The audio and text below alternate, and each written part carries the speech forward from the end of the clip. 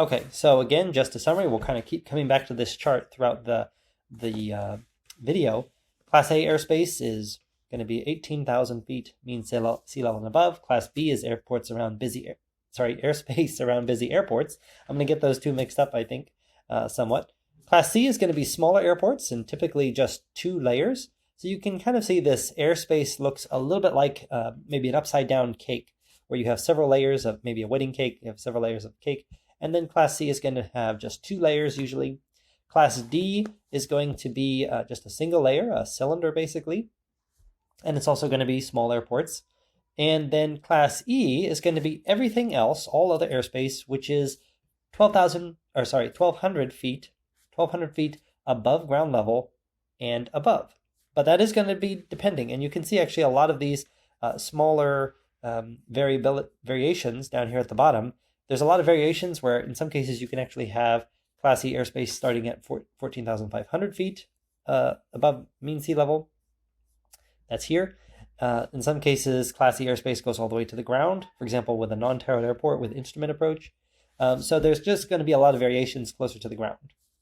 And we're going to talk about all of this in a lot more detail. And then, of course, Class G, as I mentioned, is uncontrolled.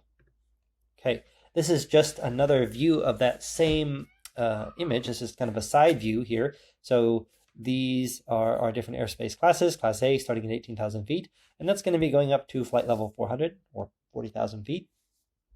Class B airspace is typically, but not always, going to end at 10,000 feet mean sea level, and we'll probably see some exceptions to that when we look at the examples, but kind of general rule of thumb is Class B airspace is going up to 10,000 feet.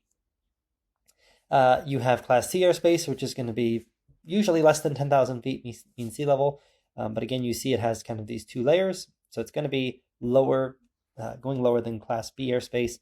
Class D airspace is potentially even lower and just having this single layer most of the time. You see Class E airspace is everything in the background here, this lighter blue color. And then it's stopping at 1,200 feet AGL. But then, as I said, there are exceptions where in some cases, Class G uncontrolled airspace can go up to 14,500. In some cases, Class E airspace is going to come down to 700 feet AGL. And in some cases, it will reach all the way to the ground, such as around certain airports. Okay, so again, we'll talk about each class in more detail, but hopefully this gives you kind of a general overview of what these classes are like. It's going to turn out that these classes, I've sort of simplified their shapes. In many cases, the shapes of these airspaces are going to be more complicated, but we'll talk about that here in a minute. So we've got Class A airspace starting at 18,000 feet mean sea level to flight level 400. This does include airspace over the waters, so out over the ocean, within 12 nautical miles of the lower 48 states and Alaska. You're going to have instrument flight rating to fly here. And this is, of course, going to be out of reach of most UAS operations, although there are some UAS operations which are high altitude. These are research type operations, and they're going to have special waivers to fly at these altitudes. Incidentally, some of these types of operations which are flying at high altitudes are going to be flying over places like Antarctica, where there's very little aircraft traffic, and they're doing kind of experimental research and things like that. Class B airspace. Think of B as standing for busy. And Class B airspace is going to be around the nation's busiest airports. So think, for those of you in Missouri, think STL, St. Louis, think Chicago, think Memphis, think Washington, D.C., New York, Newark, Phoenix, Denver. These are going to be Class B airspaces. Busy airports, and that's going to imply large aircraft, lots of activity. Very, very highly controlled by air traffic control. Class B airspace, as I mentioned, generally extends from the surface to 10,000 feet mean sea level, but that's really only right around the airport itself. And this is just a clip from that diagram I showed you earlier, where here we have Class B airspace, and it's starting right around the airport. This little diagram at the bottom represents the airport, and we are going from that level at the surface for some width around the airport up to 10,000 feet. But then as you get farther away from the airport, the lower level of that Class B airspace gets higher. So in this case, this second level here, out at this wider cylinder, that's going to be starting, maybe that'll be starting at 2,000 feet mean sea level or AGL, depending on what it is. And again, this is going to be specific to each airport. Each airport is going to have a specific shape of Class B airspace, which is going to be related to the topography. It's going to be related to the flight patterns of that that airport, and it'll be different for every airport. So exactly the height of each of these layers, you're going to have to look at the aeronautical charts to tell what that is, and we'll do exactly that in just a moment. Now, you may fly in Class B airspace up to 400 feet AGL. I should add in AGL onto this slide. Up to 400 feet AGL, above ground level, with ATC authorization. You can get ATC authorization to fly in Class B airspace. However, Class B is going to be the most restrictive. It's going to be the most difficult to get that authorization because of the high level of activity at Class B airspace airports which have Class B airspace. And later I'll have more details on how to request authorization in these airspaces. We've already talked about it some. This is going to involve essentially going onto the FAA's Drone Zone website and requesting authorization there. Here's an excerpt from a chart. And again, we're going to have a whole module on charts. And this is just a little bit of a taste of that to come. But I wanted to introduce this to you.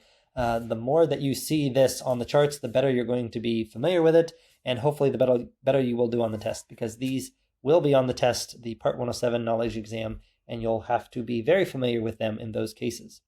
So again, we're sort of got two views here. I've got two views up on the screen for you. Here's what it's going to look like on the charts. You've got these different lines, and you kind of see they generally look like a circle. And it's these kind of bluish lines that you're looking at here are going to be describing our Class B airspace. And then if you look over here at our three-dimensional diagram, what you should be thinking about is these inner circles here are going to be going all the way to the ground, most likely. And then the outer circles are going to be progressively higher levels, which won't necessarily go all the way to the ground. And the purpose of this, by the way, is so that aircraft that are flying in, they're not flying along the ground as they're getting close to the airport. They're flying above the ground somewhere. And so this is essentially, the idea is that they want to cover the path of an aircraft as it comes into the airport to land. They want to cover the airspace where that aircraft is going to be coming out of that Class A airspace at 18,000 feet and coming in, or I guess at 10,000 feet where it actually intersects the airspace. Wherever that airplane is coming in, it wants to have controlled airspace, controlled by air traffic control at those locations. So some of the airports that we'll look at will have kind of some funny shapes to them, and that's because of the flight patterns where they need to have more lateral extent of the controlled airspace in order to account for those aircraft coming in. Here is an example of that actually right now. So this is St. Louis, STL, St. Louis Lambert Airport. And again, you'll see that it's roughly in a circular shape.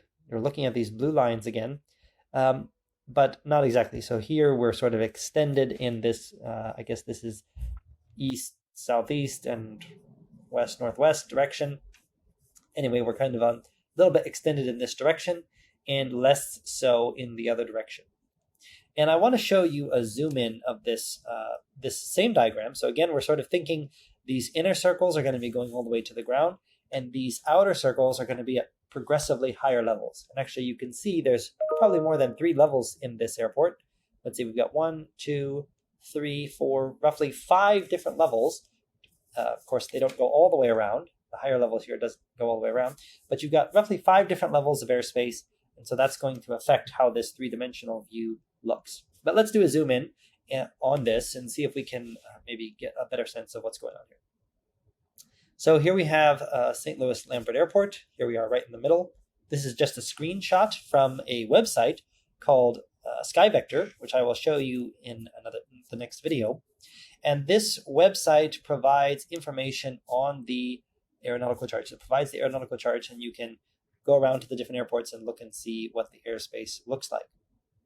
So here we have these different levels, and what I want to point out to you is the information that's in the levels. One thing is the shape of the levels themselves. So you see they're not perfect circles necessarily. You've got this level here, for example, which kind of sticks out one side of the airspace. And then how do you tell the height of the levels? So here, for example, you see 2 numbers, 80 over 45, and they're kind of big numbers, so we can really see them well. This is going to be the height levels of this particular component of the Class B airspace. So this particular section, and it's going to be the section which is surrounded by this blue line. So here we go, right through here. And actually I should cut it off. I see there's another little area over here, so I'm going to draw the line across here, here to here. This area of airspace is going to begin at 45, not 45 feet off the ground, but 4,500 feet. So we need to add 2 zeros.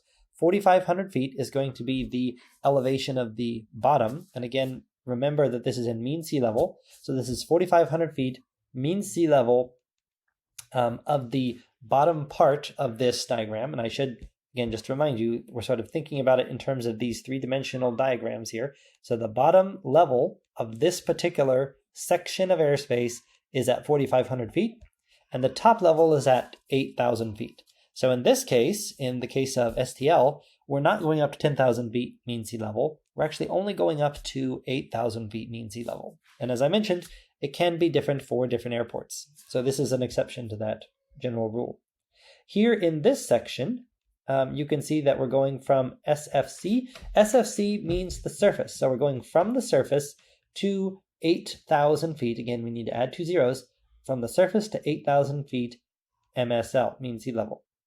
Here's a section where, again, I'm going to just trace out this section with my mouse here. It's going to come over here. It's going to come along this line and then come back around. And there's obviously more of it over here, which I cut off in this screenshot. But in that section is starting at 5,000 feet MSL and going to 8,000 feet MSL. Okay, so this is, and you can see here, this one is 2,500 up to 8,000. So all these levels are truncating at 8,000. This one is 5,000 to 8,000. And in the center here, we don't see the numbers, but you know that it's going to be starting at the surface and going up to the highest level of this airspace. So it's going to be starting at the surface, going up to 8,000 feet mean sea level. So in the next video, we'll go ahead and we'll take a quick look at SkyVector. SkyVector is going to be a website, and in fact, here we are. This is, let's see, where's my STL? This is the Dallas-Fort Worth Airport. Here's St. Louis. So in the next video, we'll look in more detail at these aeronautical charts. And as you can see, there's lots and lots of things on the charts that you'll need to know about in order to pass the Part 107 exam. We'll look at that in more detail next video.